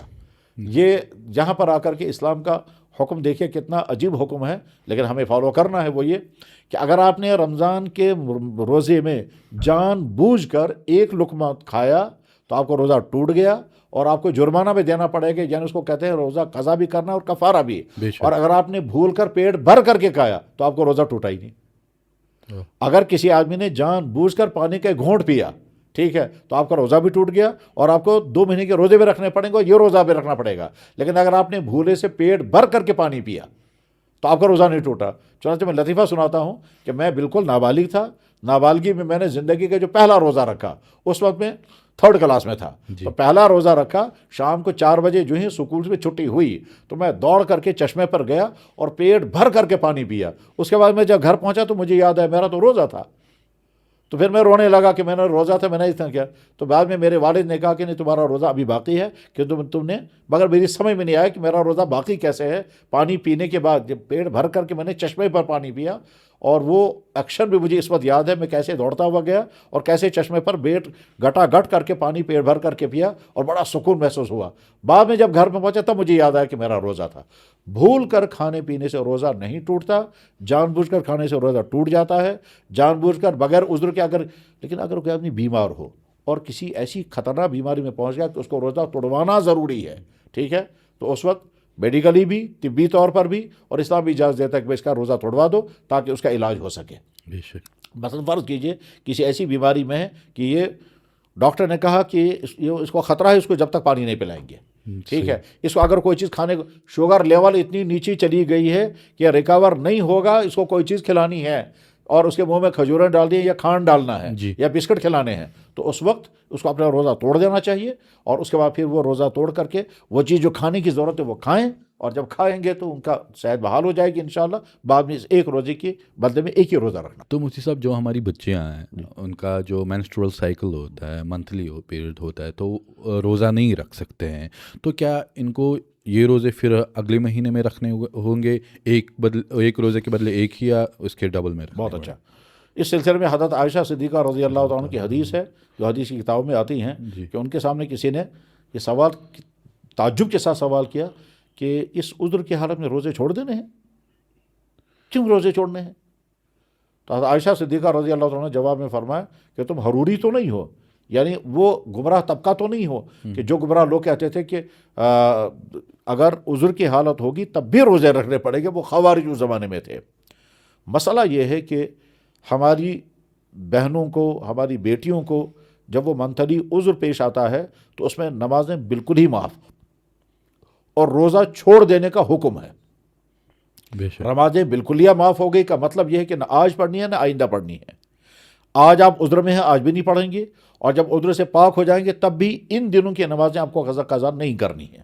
لیکن رمضان میں جب عذر ہو جائے گا تو جتنے دن عذر کی حالت میں گزر جائیں اتنے دن یاد رکھنے ہیں, اور جب آپ پاک ہو جائیں گے تو رمضان چل رہا ہوگا, پھر رمضان کے روزے رکھیں گے, تو پھر رمضان کے بعد اتنے دنوں کی قضا کرنی ہوگی. مثلا کسی خاتون کو 7 روزے چھوٹ گئے ہیں عذر کی بنا پر, تو رمضان کے بعد وہ یہ 7 دن کے روزے قضا کرے گی. کنٹینیو کرے اس کی بھی اجازت ہے, بلکہ بہتر ہے, اور اگر بیچ میں گیپ کر کے روزہ رکھے گی تو اس کی بھی اجازت ہے. لیکن وہ اگر یہ چاہے گی کہ رمضان میں نے روزے چھوڑ دیے ہیں عذر کی بنا پر, اب میں رکھوں گی نہیں اور اس کے بدلے میں کچھ پیسہ ویسا دوں گی, تو وہ قابل قبول نہیں ہے. پیسہ یعنی فدیہ جو ہے وہ تو بڑھاپے میں جب روزہ رکھنے کی پوزیشن واپس نہ آ سکے تب ہے. اس عمر میں روزے کے بدلے میں تو روزہ ہی رکھنا ہوگا. جی. اور مفتی صاحب یہ بھی ہے کہ آج کل جہاں رمضان آتا ہے, رمضان کریم کا مہینہ آتا ہے, تو بہت سارے ایسے ریسٹورنٹ والے, بہت سارے ایسے بڑے لوگ وہ گرینڈ افطاری کا ذکر کرتے ہیں, آج افطاری یہاں کریں گے, آج افطاری وہاں کریں گے, اور پھر سوشل میڈیا پر اپلوڈ کرتے ہیں. تو جو غریب بیچارے ہوتے ہیں وہ دیکھ کر مایوس ہوتے ہیں کہ کاش ہمیں بھی یہ, تو وہ کس حد تک جائز ہے؟ پہلی بات تو یہ ہے کہ روزہ اللہ کی ذات کے لیے رکھا گیا, اللہ کی رضا کے لیے رکھا گیا, اس کو کوئی نمائش کی چیز ہرگز نہیں بنانا چاہیے. جی. یہ جو افطار پارٹیوں کے ٹرنڈ چلی ہوئی ہے, جی, یہ کچھ جگہوں پر تو اس کی اجازت اس وجہ سے ہے کہ اس کے فائدے ہوتے ہیں. جی. وہ کیا فائدے ہیں؟ مثلا دوسرے مذہب والوں کو افطار پارٹی میں بلاتے ہیں, جی, پھر ان کے سامنے اسلام کا میسیج آتا ہے, اور اس کے بعد پھر ان کے سامنے روزے کی تفصیلات جب بیان ہوتی ہیں تو وہ سوچنے لگتے ہیں کہ جس اسلام نے یہ رحمت والے احکام دیے ہیں وہ اسلام کتنا اچھا ہے. جی. تو وہاں تو ہم افطار پارٹی کو میسیج بناتے ہیں. جی. یا اسی طرح سے کچھ ایسے طبقے ہیں کہ جو دین سے بدھ کو دور ہو چکے ہیں, ان لوگوں کے افطار پارٹی میں بلائیں گے تو عنوان بنائیں گے افطار پارٹی کا، اور اس کے بعد پھر ان کو اس میں شامل کریں گے تاکہ اسی بہانے ٹھیک ہے وہ دین کی کچھ بنیادی چیزوں کو سنیں سمجھیں اور ان کا مزاج بنے۔ لیکن ان فائدوں سے ہٹ کر کے صرف کھانے پینے کے لیے افطار پارٹیاں کھڑی کرنا اور پھر بعد میں ان کو شہرت دینا، پھر سوشل میڈیا پر وائرل کرانا، یہ ہرگز اچھی چیز نہیں ہے، یہ ہرگز کوئی پسندیدہ عادت نہیں ہے۔ اس میں فضول خرچیاں ہیں، اس میں نمازیں ضائع ہوتی ہیں، اس میں دکھلاوا ہے، اس میں ریا ہے، یعنی بہت ساری غیر اسلامی حرکتیں اس میں جمع ہو جاتی ہیں۔ اس لیے یہ اگر آپ کو افطار پارٹی کرنی ہے اور اس میں آپ ہزاروں بلکہ بعض جگہوں پر لاکھوں اڑا رہے ہیں، اس سے کہیں زیادہ بہتر یہ ہے کہ یہ رقمیں غریبوں میں جا کر تقسیم کریں یا غریب محلوں میں جائیں۔ مثلا ہمارے جاننے والوں میں ایک صاحب بمبئی میں ہیں، جی انہوں نے کیا کیا کہ لگا ہم نے وہ افطار پارٹیاں ختم کر دی اور ہم جھوپڑ پٹیوں میں جاتے ہیں، جھوپڑیوں میں رہنے والوں میں، اور وہاں کھانے تقسیم کرتے ہیں۔ چنانچہ وہ بریانی لے کر کے جاتے ہیں، ایسی بریانی جو ان کے لیے بہت اچھی ہوگی، جی بٹر بریانی لے کر کے جائیں گے اور ایک ڈبہ تمام میں تقسیم کر کے آئیں گے۔ اب وہ پیسہ کہ جو ہم افطار پارٹی میں اڑاتے وہ پیسہ ہم خرچ کر رہے ہیں ان غریبوں کو کھلانے میں۔ تو غرض یہ کہ افطار پارٹیوں کے بجائے آپ کو خوشی چاہیے، آپ خوشی اس طرح سے پائیں کہ جب آپ اتنے غریبوں کو کھلائیں گے جن کے پاس کھانے کو نہیں ہوتا ہے تو آپ کو ایک خاص خوشی ملے گی، اور یہ خوشی آپ کے لیے اجر کا سبب بنے گی بمقابلے اس خوشی کے جو افطار پارٹیوں میں ہوتی ہیں۔ اور بہت ساری افطار پارٹیوں میں تو مطلب فوٹوگرافیاں ہو رہی ہیں، اس میں بعض خواتین بھی ہوتی ہیں، بے پردگی ہوتی ہے، اس کے بعد نمازیں چھوڑ جاتی ہیں۔ تو افطار پارٹیاں نہیں ہیں، وہ تو سمجھے جیسے عام گیدرنگ ہوتی ہے، البتہ نام اس کا رکھا گیا افطار پارٹی۔ اور ان افطار پارٹی میں بہت سارے مسلمان ایسے بھی ہوتے ہیں جن کا روزہ ہوتا ہی نہیں اور وہ افطار پارٹی پہ پہنچ جاتے ہیں یا ان کو بھی مدعو کیا جاتا ہے۔ تو غرض یہ کہ عنوان بہت حسین ہے، لیکن اس کے پیچھے جو جذبات ہوتے ہیں وہ صالح جذبات نہیں ہیں، اس میں اخلاص یا تو ہوتا ہی نہیں یا بہت کم ہوتا ہے۔ اس لیے اس افطار پارٹی کے سسٹم کی حوصلہ افزائی ہرگز نہیں کی جا سکتی۔ مفتی صاحب ایک یہ بھی ہے کہ جب رمضان آتا ہے تو تراویح کا ذکر ہوتا ہے، تو اب یہاں نوجوانوں کا کچھ طبقہ ہے وہ کہتا ہے کہ تراویح ہے ہی نہیں تو ہم تراویح پڑھیں گے ہی نہیں، تو آدھے بولتے ہیں کہ ہم اگر پڑھیں گے چند رکعات پڑھیں گے اور نکلیں گے، تو تراویح کا کیا ذکر ہے؟ پہلی بات یہ ہے کہ جناب رسول اللہ صلی اللہ علیہ وسلم کا مبارک ارشاد ہے، آپ نے فرمایا من قام رمضان ایمانا و احتسابا غفر له ما تقدم من ذنبه۔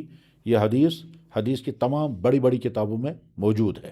جی جن کتابوں کا نام ہم بولتے اور سنتے ہیں اور جو ہمارے ہاتھوں میں ہیں ان میں تقریباً ہر کتاب میں یہ حدیث ہوتی ہے، اور رمضان کے چیپٹر میں یہ حدیث آئے گی۔ حدیث کے کلمات میں پھر سناتا ہوں، من قام، جو رات میں اللہ کے سامنے کھڑا رہے، ایماناً و احتساباً۔ یہ کھڑا رہنے کا مطلب کیا ہے؟ جواب ہے نماز پڑھنا۔ جی اب اس کے معنی ہے کہ رمضان میں الگ سے کوئی نماز ہے جس کے لیے ہم کو کھڑا رہنا ہے۔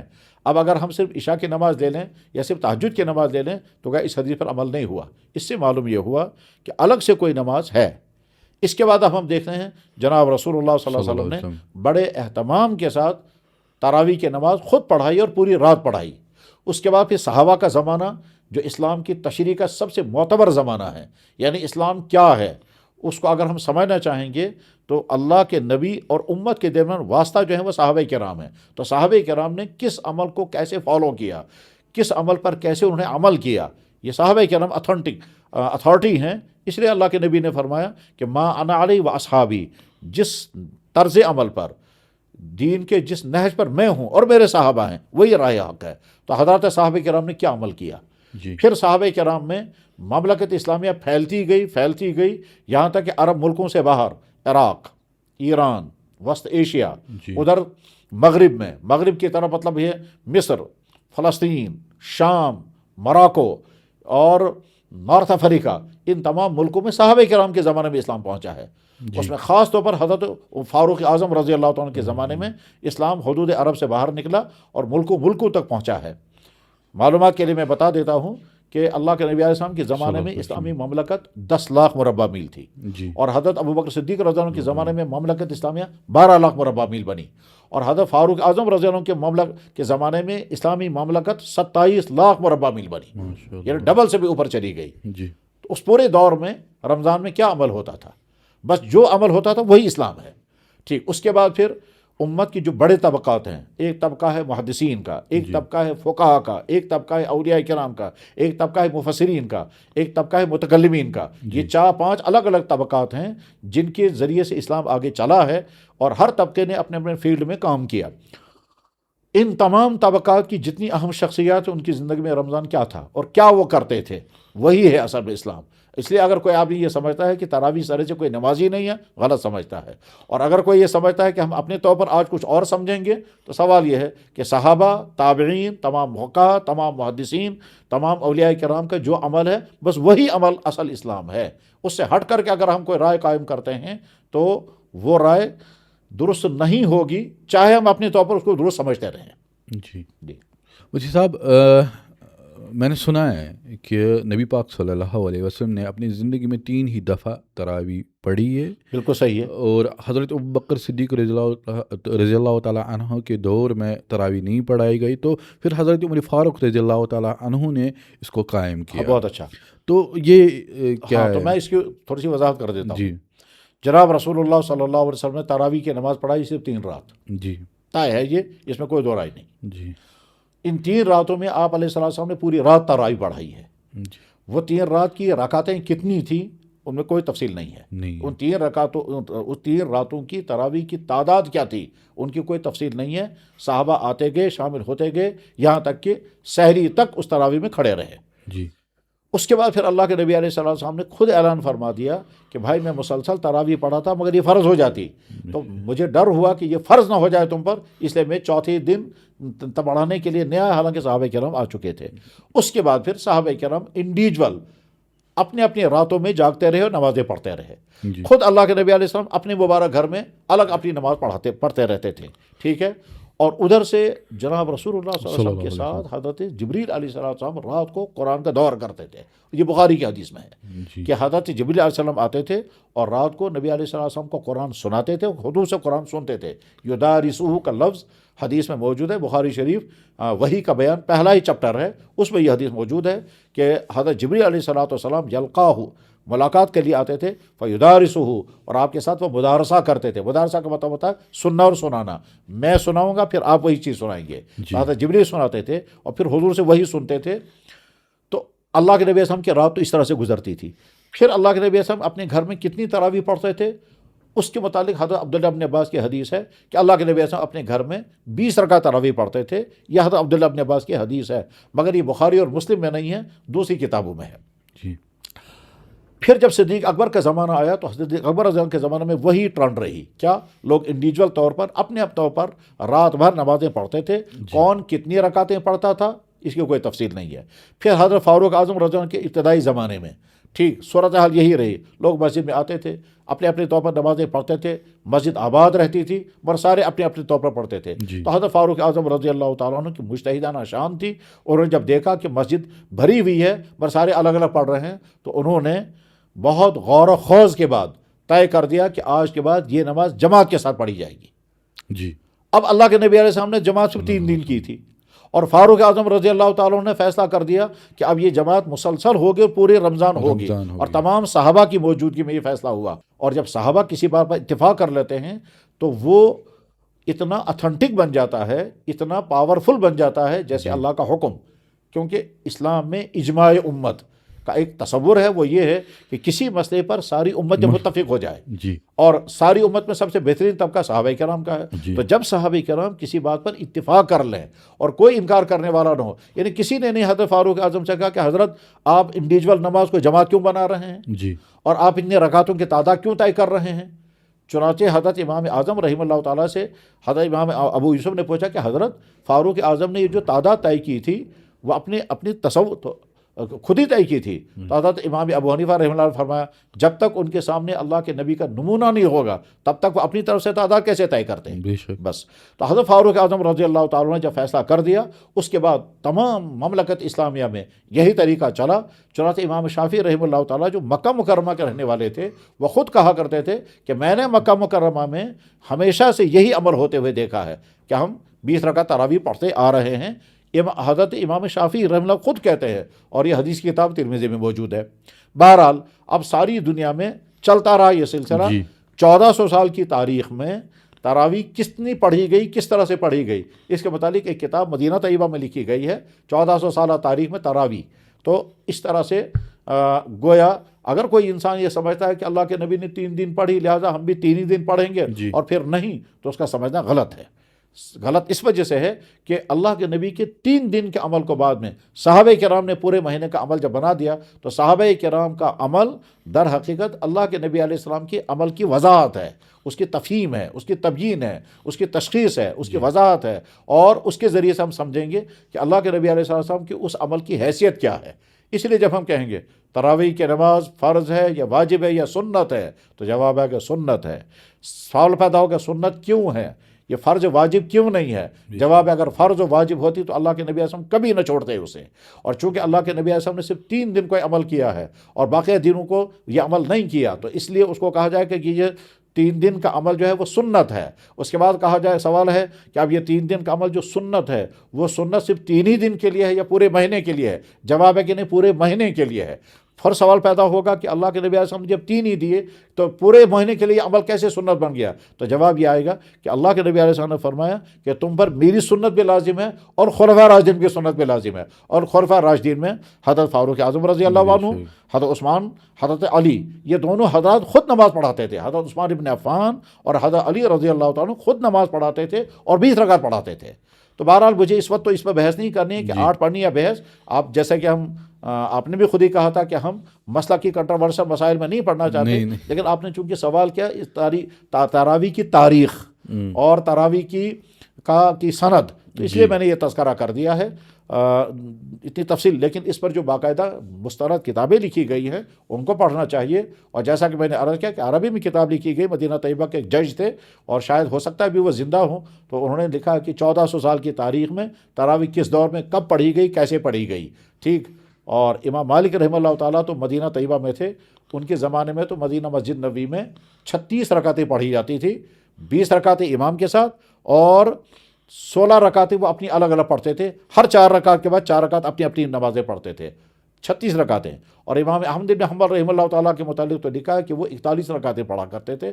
یہ اصل میں رمضان کی راتیں جاگنے کی ہیں، عبادت کی ہیں، تو اس پر بحث کرنے کے بجائے کہ ہم اتنی پڑھیں یا اتنی پڑھیں، بحث اس پر ہونی چاہیے کہ شوق کے ساتھ نمازوں میں انسان کھڑے رہیں، طویل نمازیں پڑھیں، اطمینان کے ساتھ پڑھیں، اللہ کو راضی کرنے کے جذبے سے پڑھیں۔ یعنی رمضان میں راتوں کے بہار ہونی چاہیے، اور اس کا بہترین منظر مکہ المکرمہ اور مدینہ طیبہ میں نظر آتا ہے۔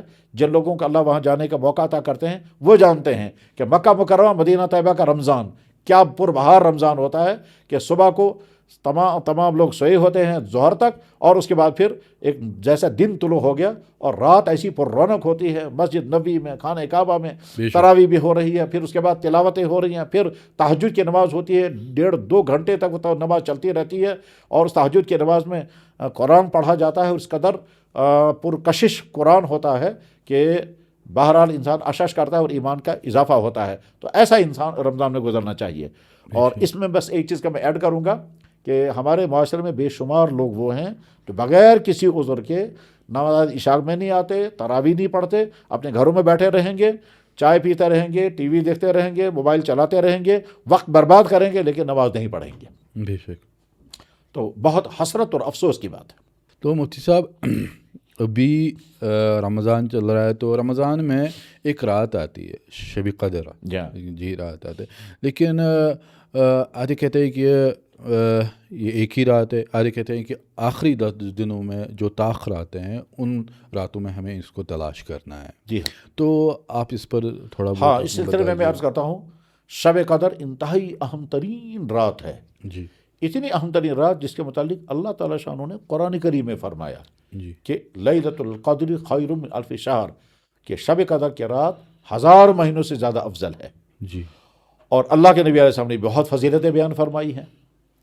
من قام لیلۃ القدر، جو لیلۃ القدر میں قیام کرے۔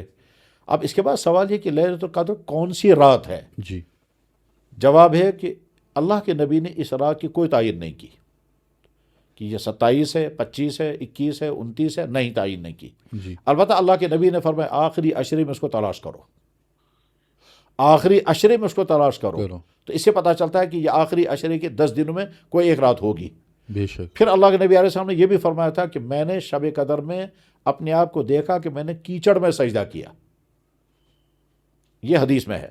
تو اب صحابہ کرام ظاہر پہلے نہیں سمجھ سکتے اس کا معنی کیا ہے. تو ایک رات جب رات مسجد میں گزاری جا رہی تھی، رات میں بارش ہوئی جی. اور وہ بارش کا پانی سارا مسجد کے اندر نیچے آ گیا، کیونکہ چھت ایسی تھی ساری بارش کا پانی نیچے آتا تھا. اب جب نیچے آ گیا، نیچے کوئی فرش نہیں تھا، مٹی تھی. جی. تو اس وقت جو فجر کی نماز اللہ کے نبی علیہ السلام نے پڑھائی، تو اس فجر کی نماز میں آپ کی مبارک پیشانی پر اور آپ کی مبارک ناک پر مٹی کا داغ لگ گیا تھا، یعنی کیچڑ کا داغ لگ گیا تھا. جی. تو جب صحابہ کرام نے سلام کے بعد دیکھا آپ کی پیشانی پر داغ ہے، تو سمجھ گئے یہ رات تھی، وہ تہجد کی رات، یہ شب قدر کی رات تھی، جس کے بارے میں آپ نے فرمایا تھا کہ میں نے اپنے آپ کو کیچڑ میں سجدہ کرتے ہوئے پایا. اب اگر ہم یہ کہیں کہ نہیں یقینی طور پر 27 تاریخ شب قدر ہے، تو یہ غلط ہے.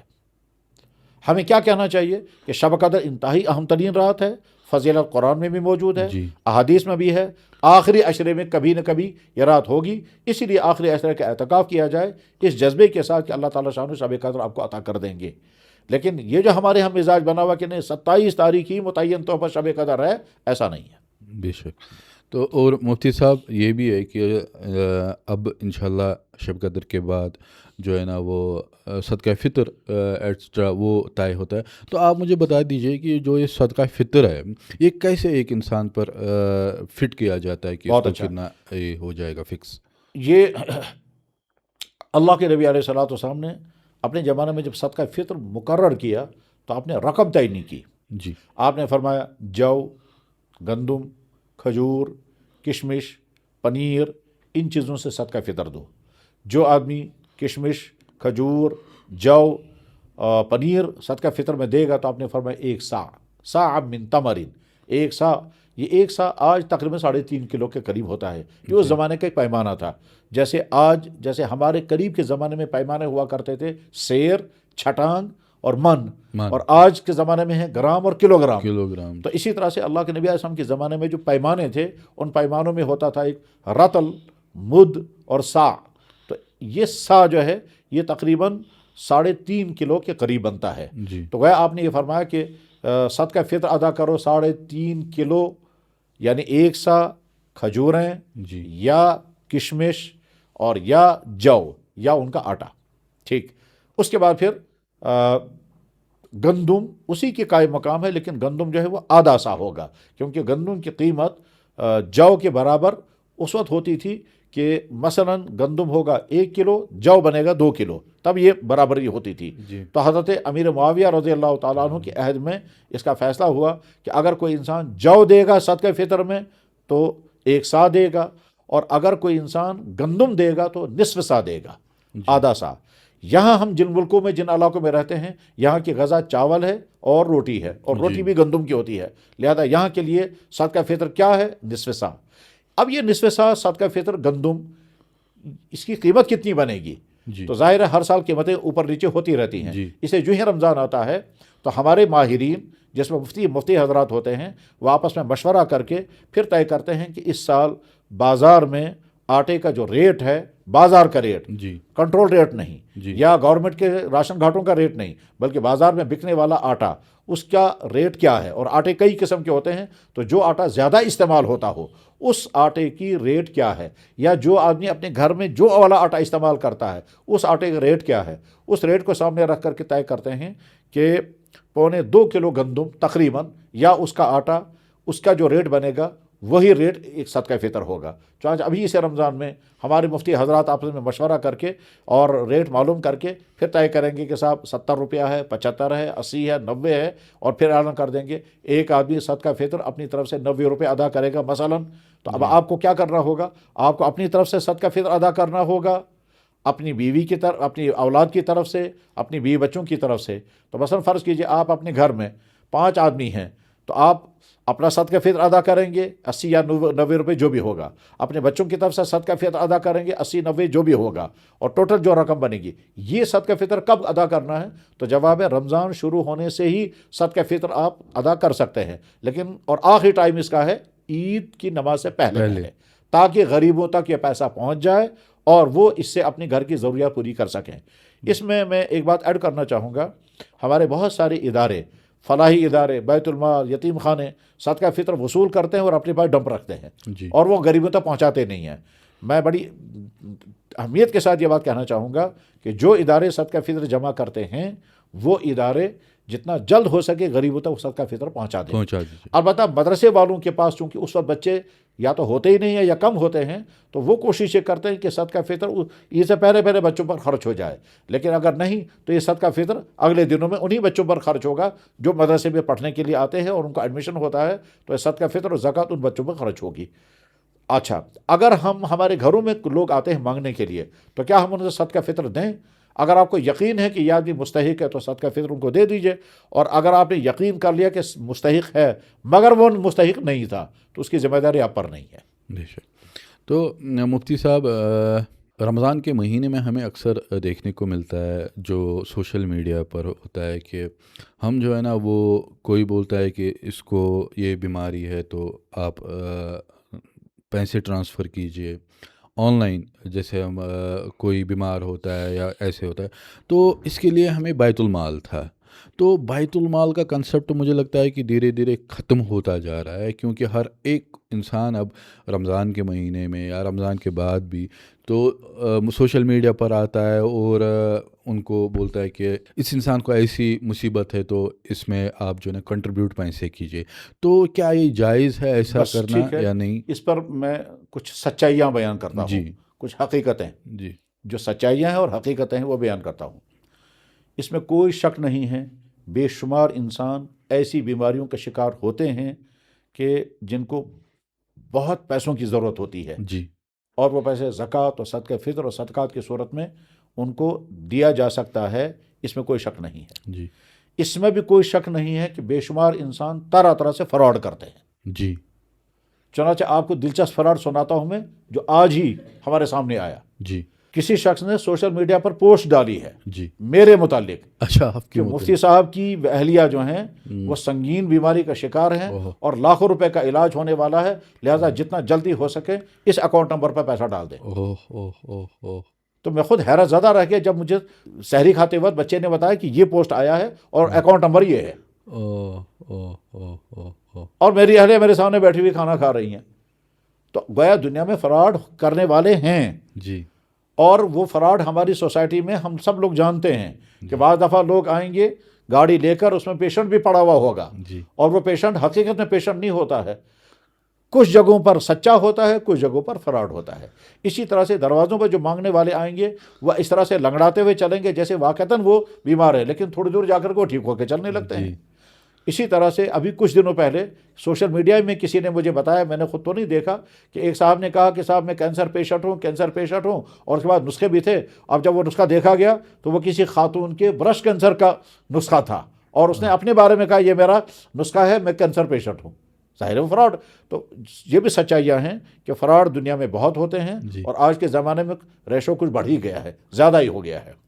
یہ بھی حقیقت ہے کہ بیت المال اور یتیم خانے صحیح کام کرنے والے بھی ہیں اور فراڈ بھی ہیں۔ جی ایسے بھی یتیم خانے ہیں جو یتیم خانے لفظوں میں ہیں، پیچھے یتیم بچے کہیں نہیں ہیں، اور پیسہ جمع ہو رہا ہے، اور وہ یتیم خانوں کے نام پر پیسہ اکٹھا ہوتا ہے اور وہ آپس میں مل بیٹھ کر کے کھاتے ہیں۔ ایسا بھی پایا گیا کہ علاقے میں یتیم خانے ہیں، یتیم خانے میں لوگ پیسہ جمع کر رہے ہیں، اور وہ ٹھیک طرح سے پوچھ کر شریعت کے اصولوں کے مطابق تقسیم کرتے ہیں۔ اور ایسا بھی ہے کہ یتیم خانوں میں لوگوں نے پیسہ جمع کیا اور اس کے بعد پھر وہ پیسہ زیادہ تر اڑا رہے ہیں وہ اپنی عیش کے لیے۔ جی جناب میں ایک یتیم خانے میں گیا، میں نے دیکھا ان کا آفس ہے جیسے کسی بڑے افسر کا آفس ہے، پینلنگ ہے، ایک لاکھ روپے کا ٹیبل ہے، ایک لاکھ روپے کی کرسیاں ہیں۔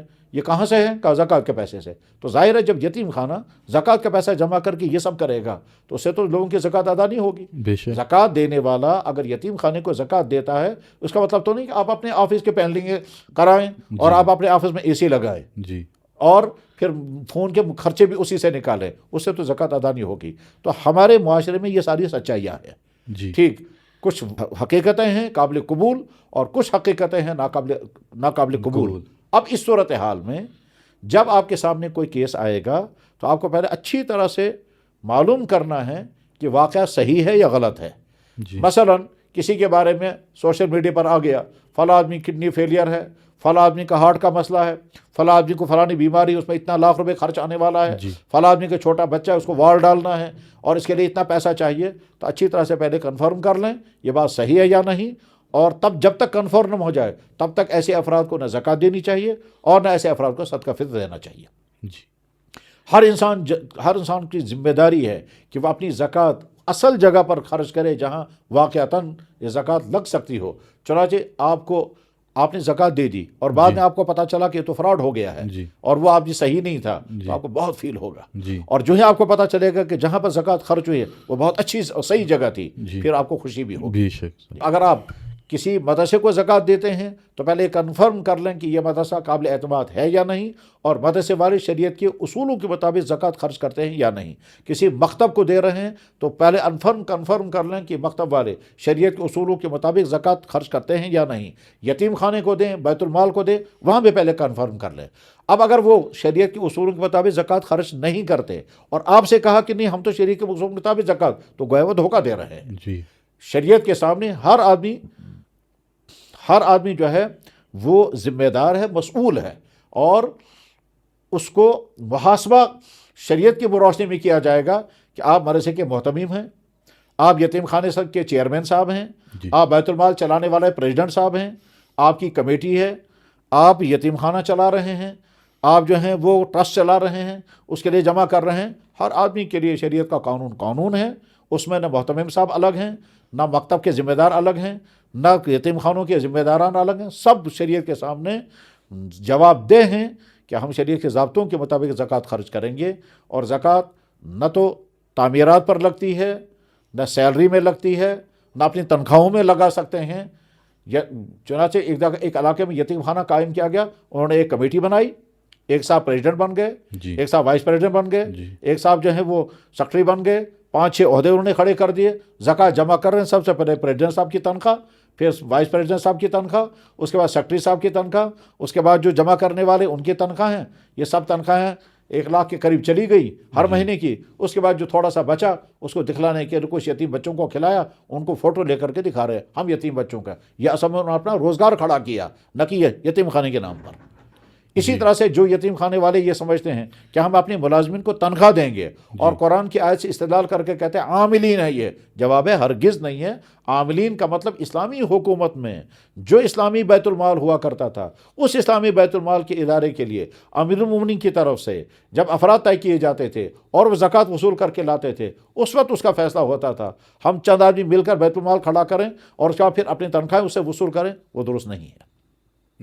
حقیقت یہ ہے کہ زکوٰۃ کا اگر زکوٰۃ دینے والے سارے زکوٰۃ دیں اور زکوٰۃ لینے والے مستحقین تک پہنچے اور زکوٰۃ لے کر کے خرچ کرنے والے صحیح طور پر خرچ کریں، چند ہی سال کے اندر ہمارے معاشرے کی غربت ختم ہو جائے گی، جیسے خلافت راشدہ کے زمانے میں ہوا تھا۔ تو مفتی صاحب آؤٹ آف کنٹیکسٹ میں ایک کوشچن پوچھوں گا آپ سے، میرے دل میں تھا۔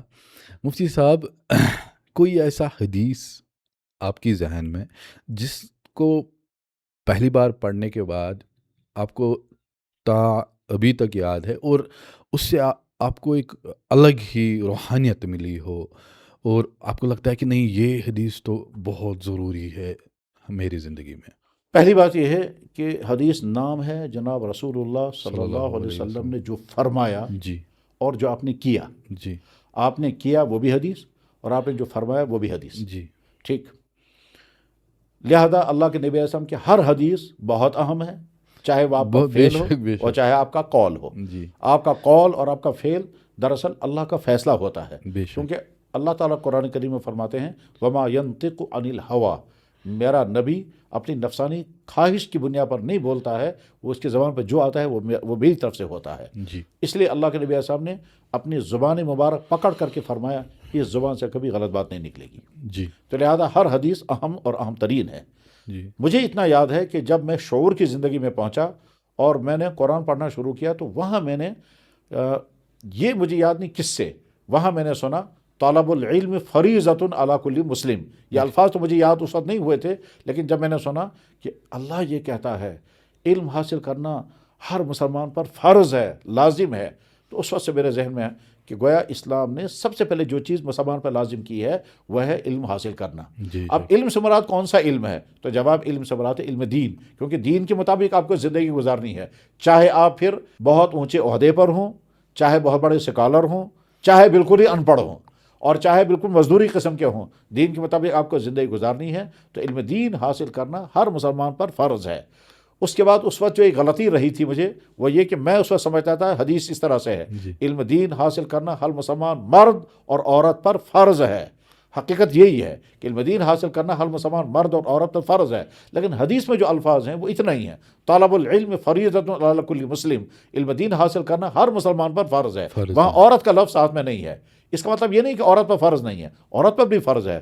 تو جو سب سے پہلی حدیث مجھے یاد ہے، میں نے سنی اور میں نے اس کو محسوس کیا کہ مجھے علم دین پڑھنا چاہیے، وہ یہی حدیث ہے. اور یہی ہم سب کے لیے میسیج ہے، والدین کے لیے، کہ آپ اپنے بچوں کو شوق کے ساتھ اچھے سے اچھے سکول میں پڑھائیں، شوق کے ساتھ اچھے اچھے کالج میں پڑھائیں، شوق کے ساتھ اچھے اپنے بچوں کو ڈگریاں کرائیں، مگر ساتھ میں یہ بھی سوچیں آپ اپنے بچوں کو دین کا علم کتنا سکھا رہے ہیں. مفتی صاحب ابھی کنکلیوڈ کرتے ہیں، کیونکہ یہ بہت ہی لمبا پوڈ کاسٹ ہوا اور خاص کر بہت سوالات تھے، لیکن وہ میں اس پوڈ کاسٹ میں نہیں کہہ سکتا ہوں، کیونکہ اس کے لیے پھر آلموسٹ 10-15 گھنٹے چاہیے، اور آپ کا بھی جو ٹائم ہے وہ مخصوصاً ہے. مفتی صاحب لاسٹ میں ہمارے اس پوڈ کاسٹ میں کوئی میسیج دینا چاہتے ہو آپ لوگوں کو؟ میسیج تو بہت ساری ہیں جس کی ہمارے سماج کو ضرورت ہے، بے شک، اور ہر طبقے کو الگ الگ ضرورت ہے. علماء کو میسیج دی جانی چاہیے کہ وہ دین کا اصل کام کریں اور وہ دین کے منفی کاموں سے اپنے آپ کو بچائیں. جی، جو اونچے عہدوں پر ہمارے بھائی ہیں ان کو میں میسیج دینا چاہوں گا، اپنے عہدوں کا صحیح استعمال کریں، اپنے عہدوں کا غلط استعمال نہ کریں. نہ اپنے عہدوں کا غلط استعمال کریں اور نہ غلط کام کے لیے اپنے آپ کو استعمال ہونے دیں. جی، نہ خود استعمال کریں اور نہ اپنے آپ کو استعمال ہونے دیں کسی غلط چیز کے لیے. جی، جب اس کی تفصیل جاننا چاہیں گے تو ہو سکتا ہے ذہن وہاں تک پہنچے گا کہ ہمارے کتنے بھائی چھوٹے اور بڑے کتنی غلط جگہوں کے لیے استعمال ہو جاتے ہیں، اور کبھی ان کو پتہ رہتا یا نہیں رہتا.